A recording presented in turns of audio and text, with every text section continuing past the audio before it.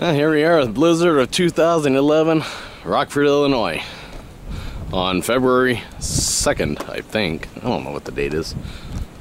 Yeah, it is the 2nd. Alright, here we got about a 4-foot snowdrift here. Take you out to the parking lot. Good God.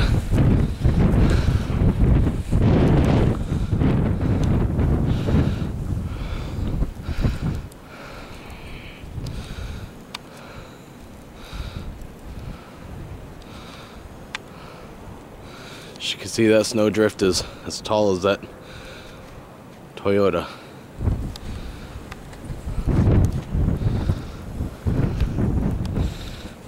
This is the walkway, which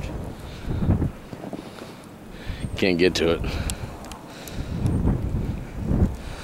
Take you back around to the front, to the back of the apartment complex. Normally there's a van that sits right here. They had to take an emergency trip to South Carolina. Their grandmother passed away just the other night.